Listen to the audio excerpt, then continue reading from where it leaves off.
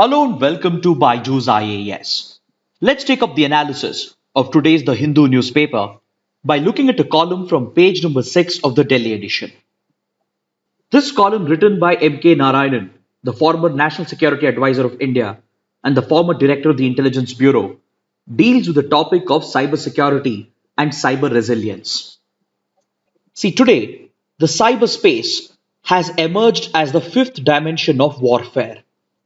Under the traditional concept of warfare, there were three dimensions, that is, land, air, and water.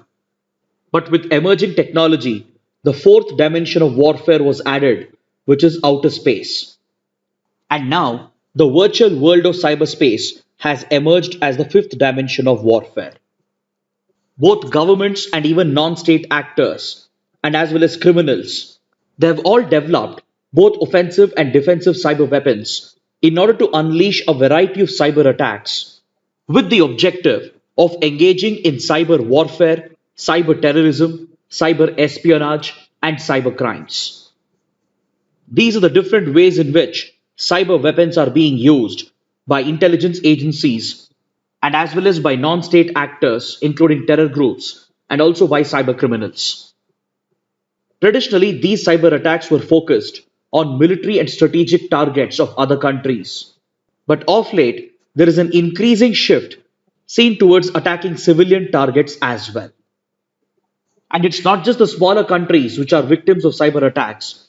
Even advanced developed countries like the United States have come under a variety of sophisticated attacks in the recent past, which highlights the threat to a country's national security as a result of the increasing sophistication being seen in the cyber world.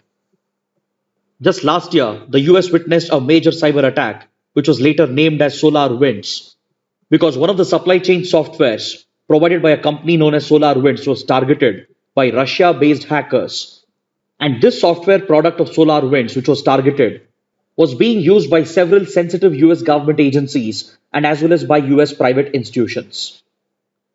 Then just a few weeks later, at the beginning of this year, the US again witnessed a major aggressive cyber attack led by a hacker group known as Hafnium based out of China, which reportedly has links with Chinese intelligence agencies. Then more recently, American companies witnessed a major ransomware attack from Russia-based cyber criminals with possible links to Russian intelligence agencies. In a ransomware attack, a computer malware or a malicious software is designed to take control of the computer to seize the data and to encrypt the data. Essentially, the targeted computers are locked away by the criminals or the attackers, and they demand a ransom to be paid in exchange for unlocking these computers.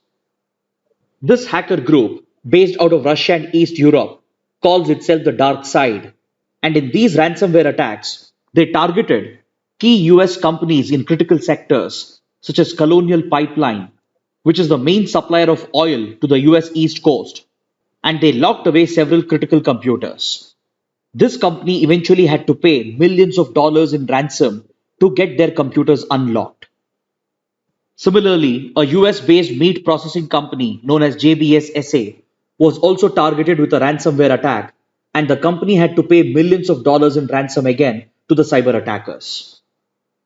Then there was also a phishing attack on US government agencies such as USAID, which was again carried out by a Russia-based hacker group known as Nobelium. In a phishing attack, the target is tricked through social engineering techniques to make them believe that they have received a genuine mail, but in reality, these phishing mails are just baits, which will push the targets to commit some action, which will eventually expose their systems to this cyber attack. Usually in a phishing attack, the targets are convinced through social engineering techniques to click on a suspicious link or to download a malware and to execute the malware. Once the targets fall prey to these baits, the malware gets downloaded on the system and it can steal sensitive data and relay the data back to the attackers, or it can even provide remote access or remote control to the attackers. Within the phishing technique of cyber attacks, a more sophisticated and precise attack has emerged known as spear phishing, which is specifically targeted at certain users within an institution or an organization. So like this, Cyber attacks have increased in their sophistication. And today, the cyber attackers, they're not just targeting a country's critical infrastructure, and they're not just focused on military and strategic targets, but they're also focusing on civilian targets, that is, especially private companies, which also play a key role in the country's critical infrastructure. So it's becoming very important for governments and security agencies to shift their focus and their strategy because until now they were preoccupied in just defending their military and strategic targets and as well as their critical infrastructure. Now they need to pay adequate attention to civilian targets as well, including private enterprises. And this twin challenge of defending both civilian targets and critical infrastructure is going to strain and stretch the capacities of the government. See, today, cyber criminals, hackers, and cyber attackers, they've increased their sophistication and they're coming up with highly sophisticated malware by exploiting the zero-day vulnerability. See, this is a technical term which basically refers to a security gap in the software which is not known even to the developers and the users. Now, let's say Microsoft has developed an operating system that is Windows. And within the Windows operating system, there might be security flaws or security gaps, which would not even be known to the developer and as well as to the user. So such unknown security gaps could be targeted and exploited by the hackers and the attackers. So these unknown security gaps are technically referred to as zero-day vulnerability. And the hackers will specifically identify these zero-day vulnerabilities and design malwares to exploit this vulnerability. One popular example would be the Stuxnet worm, which made a lot of news back in 2010. Reportedly, Stuxnet was a malware developed jointly by Israeli intelligence and American intelligence. The target of Stuxnet was Iran's nuclear weapon program, and Stuxnet not only successfully infiltrated into Iranian nuclear computers, but it also led to the malfunctioning of Iran's nuclear centrifuge facilities. Because this worm was designed to hand over control to the attackers, and eventually they remote controlled the centrifuges, spun them out of control, resulting in the destruction of these centrifuge facilities. On similar lines, cyber attackers today are designing malwares to target private institutions and civilian targets as well. And especially ransomware attacks and phishing attacks are not only placing a huge economic cost on a country, but they're also threatening the national security of a country. Because today, the clear distinction between military and civilian targets is getting erased. And as more and more private companies play a key role in a country's critical infrastructure, the government and the security agencies will have to keep this changing trend in mind. And they should not only defend and protect military and strategic targets and the critical infrastructure, but they should also focus on defending and protecting civilian targets as well. Because a major attack on a civilian target will not only cause financial loss, but it could also have national security implications. Just for example, look at the 2012 attack that was suffered by Saudi Arabia. Saudi Arabia's state-owned oil company, Aramco, the world's largest oil company, came under a major cyber attack through a malware known as the Shamoon virus.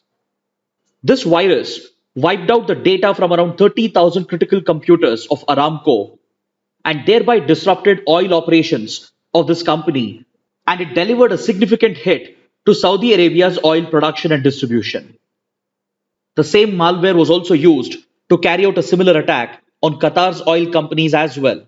And few years later, these events were contributed to rising geopolitical tensions in West Asia. Because Saudi Arabia saw the hand of Iran behind these attacks.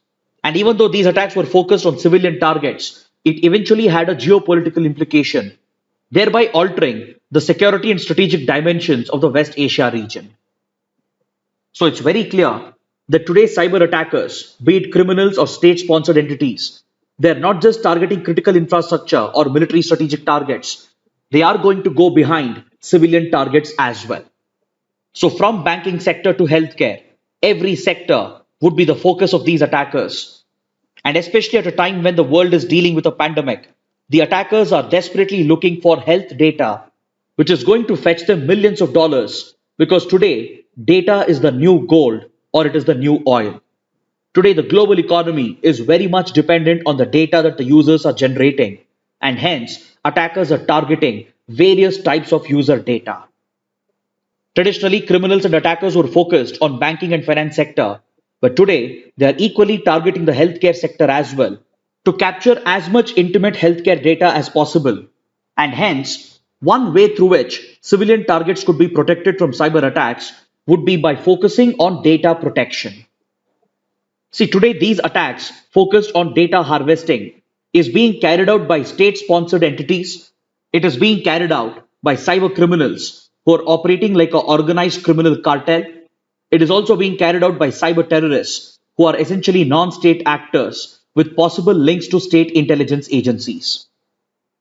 They are all focused on harvesting data, that is user data, which would be of both economic and strategic significance in the future.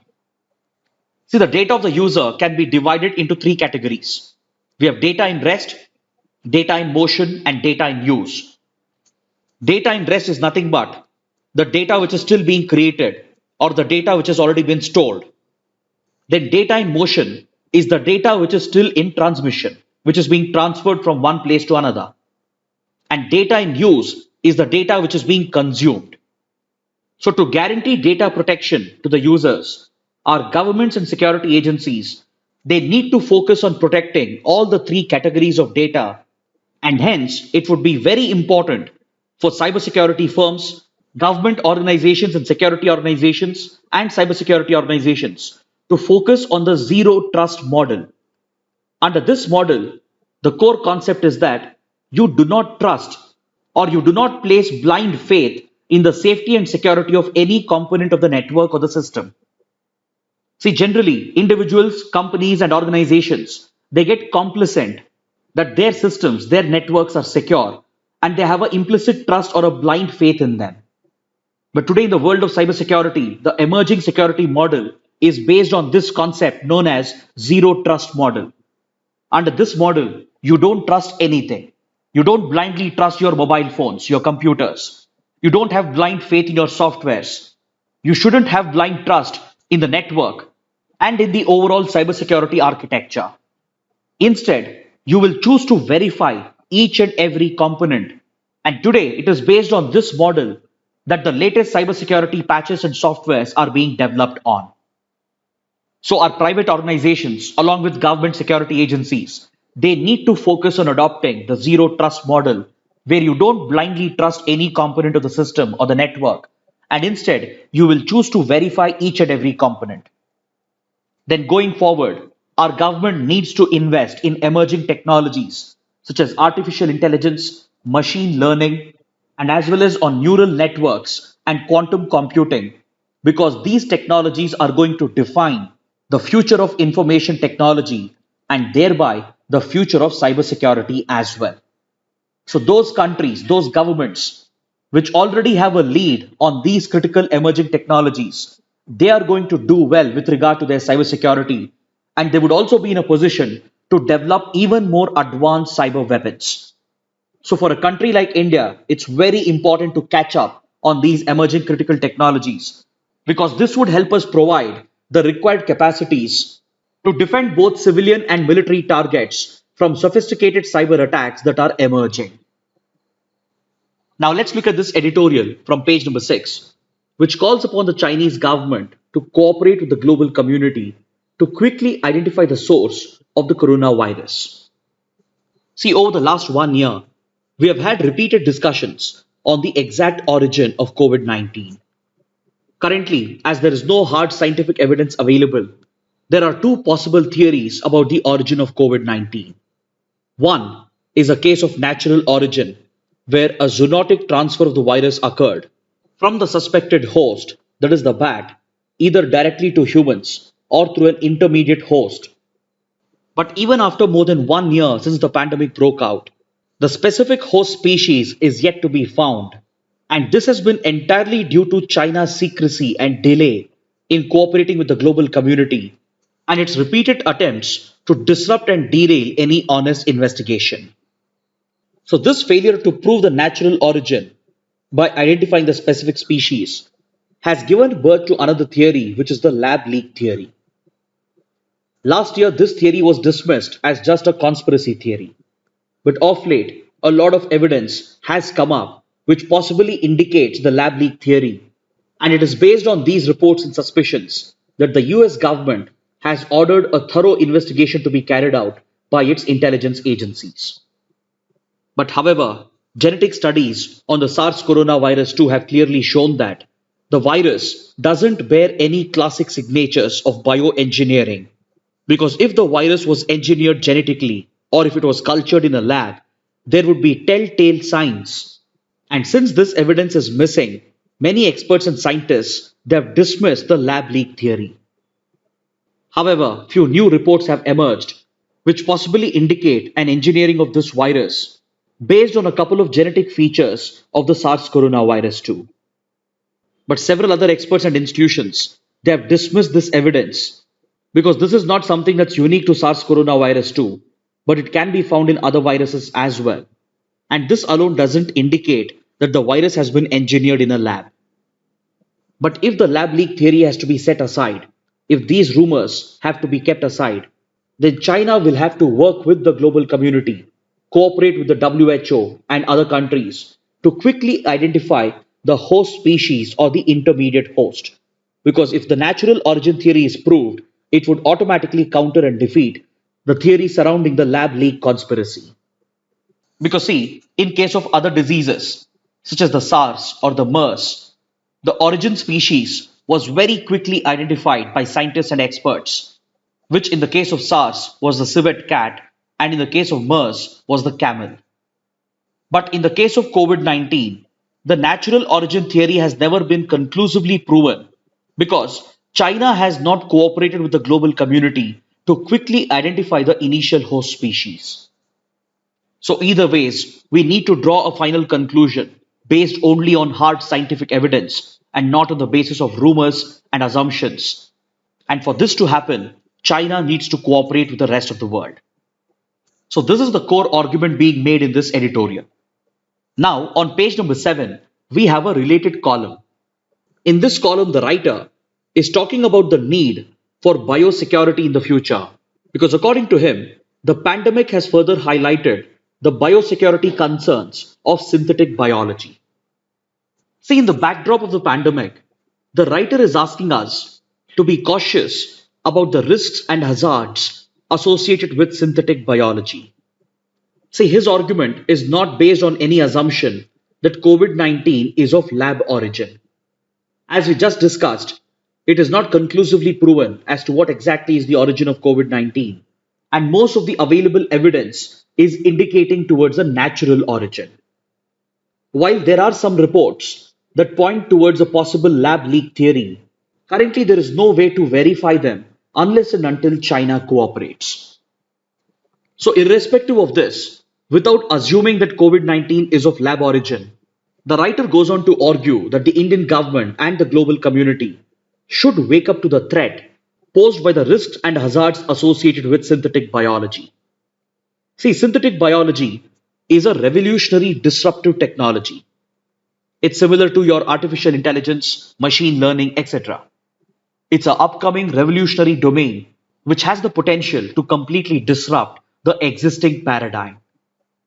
Under synthetic biology, bioengineering and genetic engineering is taken up in order to remodel and modify living organisms.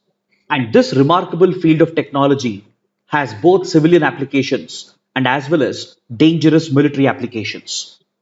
This is essentially a dual use technology.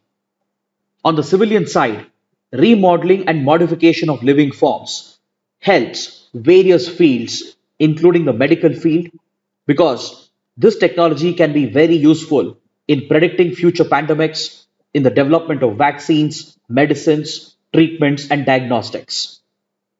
It is also very beneficial for agriculture, animal husbandry, and as well as for the treatment of various other diseases.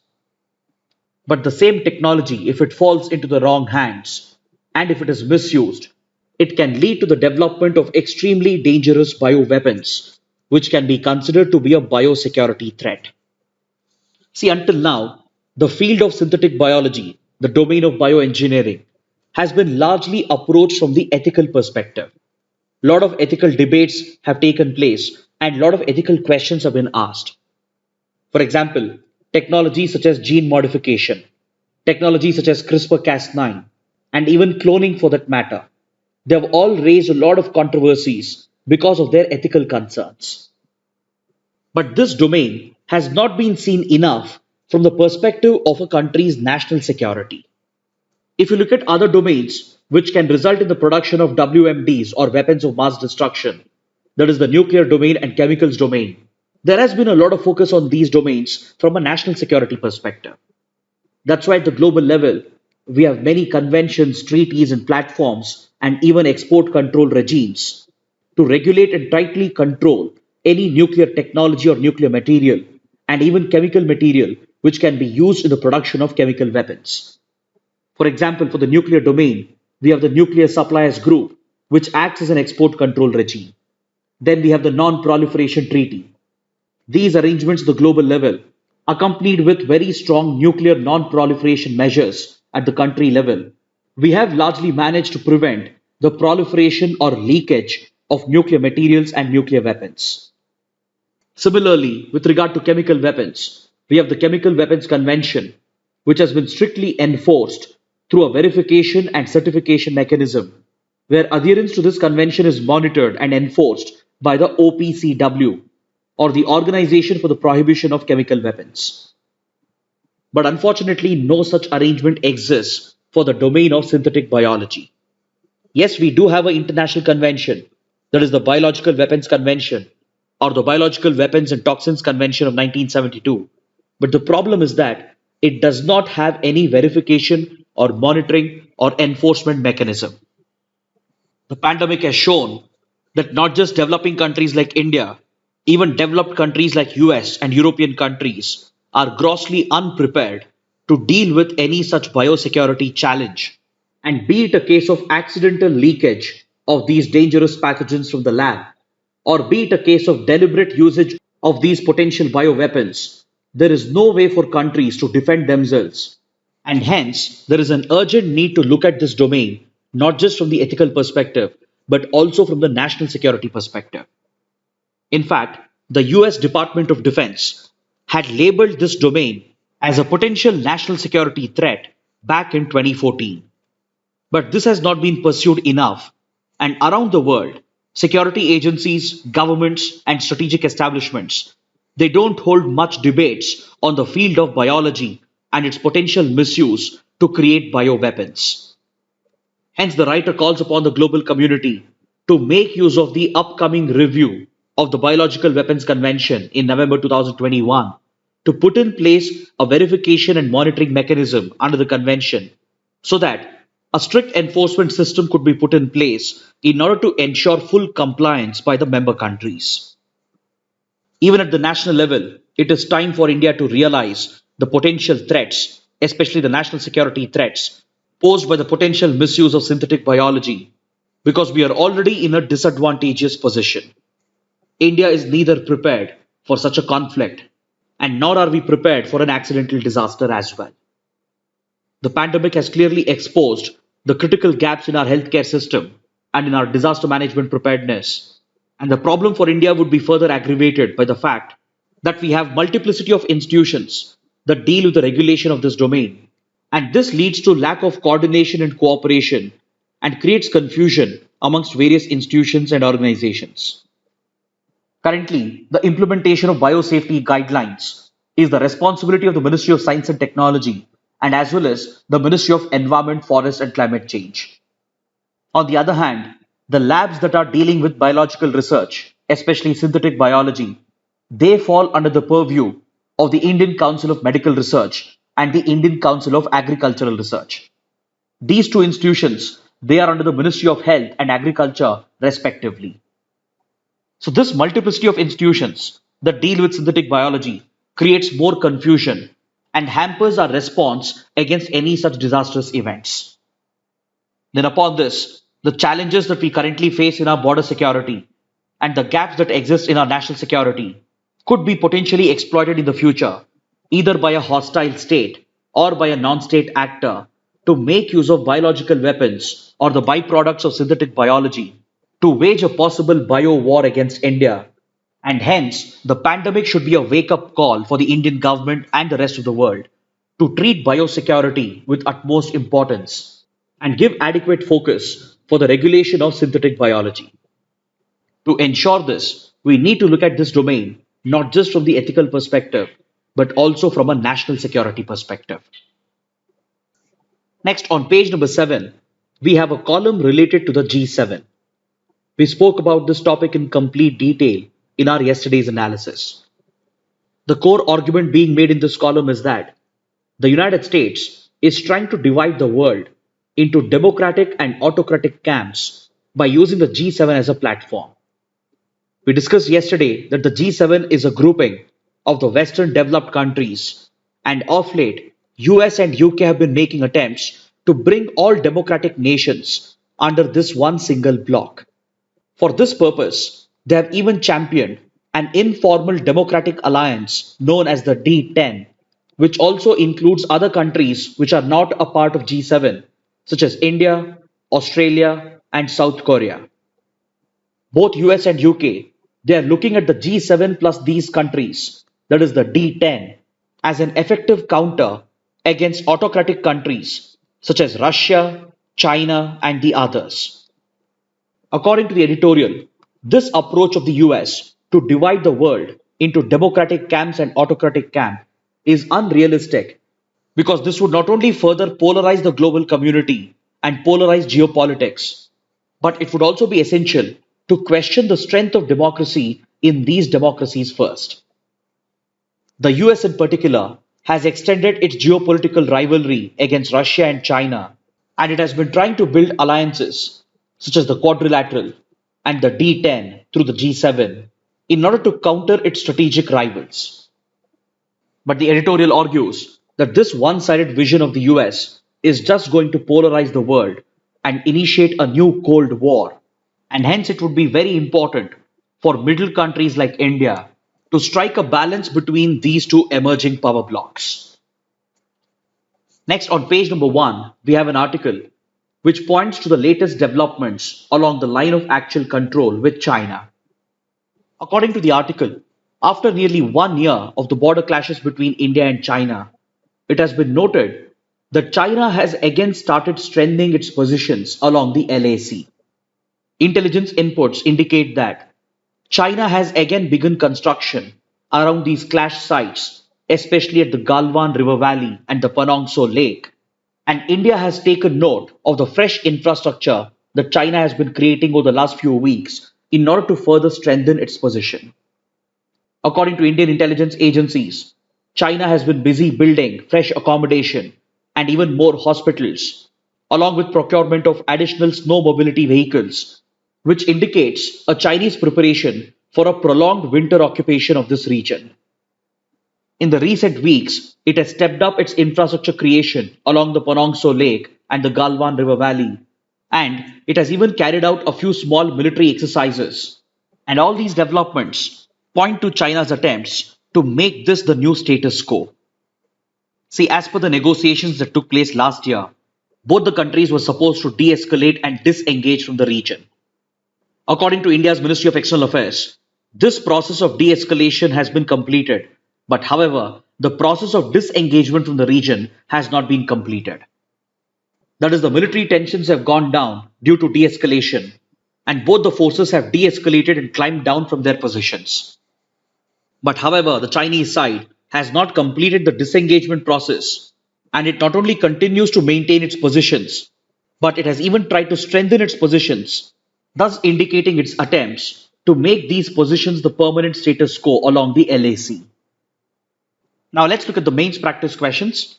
The first question: defending civilian targets and critical infrastructure against rising cyber attacks will stretch the capability of governments. Elaborate.